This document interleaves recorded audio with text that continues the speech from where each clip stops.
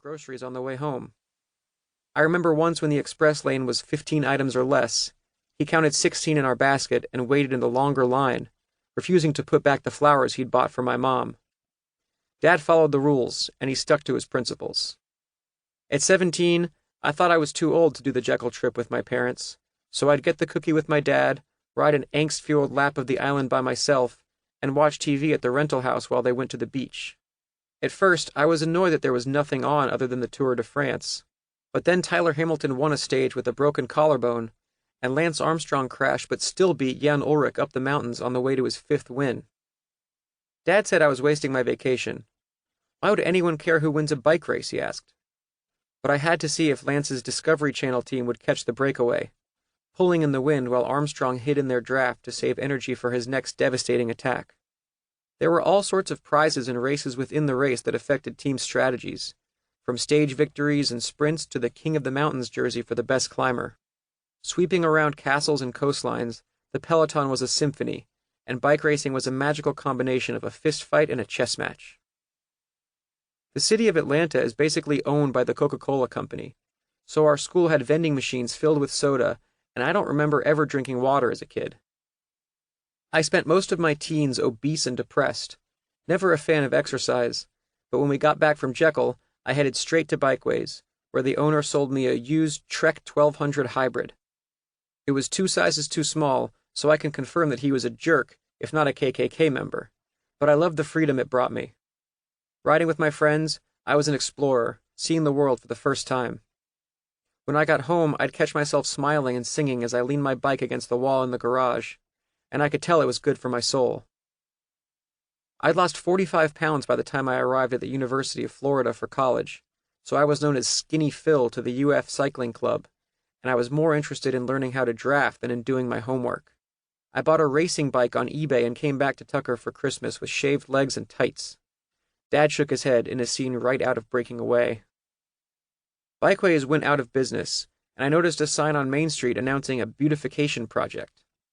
Tucker planned to remove a lane of traffic to make room for more parking, and they'd already added raised cement areas filled with soil and gray foot-high twigs. I pictured the meeting where officials delegated funds for the project and wondered if anybody had addressed the elephant in the room. Tucker has its charm like any other antique, but it's old, dirty, and full of proud history. You can't fix it. As I crossed the railroad tracks, a pickup truck slowed down next to me and rolled down the window. "Get off the road, faggot." I trained hard that winter, and my brain released some great chemicals when I won my first race.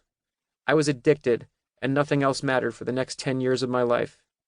I felt more alive when I was racing, and it was the first thing I'd ever done that I was immediately good at. When a friend brought me into a sports lab, I scored an off-the-charts VO2 max of 88, and it felt like I discovered a superpower.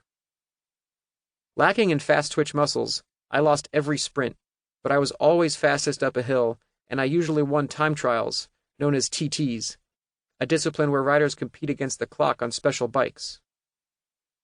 In the summers, friends would go off to internships and think about silly things like careers, while I roamed the East Coast, rocketing up the amateur categories. Like a crooked itinerant preacher, I'd show up in your town, do a little damage at the local race, and leave. Often I'd barely make enough to cover gas and a burrito on the way home, but sometimes I'd walk away with $1,000, and by 20 years old, I'd won enough to join an elite amateur team, attending the biggest events on the national racing calendar. Pro athletes seem to dwell on their doubters. Michael Jordan always mentioned the high school coach who cut him from the team, but the only doubter I remember coming across in those years was the director of the USA Cycling National Development Program, which grooms young Americans for the UCI WorldTour, the top level of pro cycling. I was a college sophomore when he said I was too old to join them in Belgium, that I should stay in school. Whatever, who wants to hang out in Belgium? I'm sure I'd get sick of waffles after a few weeks. My parents would have killed me if I dropped out anyway. Dad thought I was wasting my time riding my bike so much, but I wouldn't call him a doubter. He just wanted what was best for me. To him, the World Tour was men wearing tights, playing a game, with legs shaved for no reason. But to me, Lance and his colleagues were gladiators, the peak of human potential in strength and endurance and teamwork, carved out of granite. Okay, fine. Wearing tights, with legs shaved for no reason. Believers were much louder than doubters in those years. When I considered law school,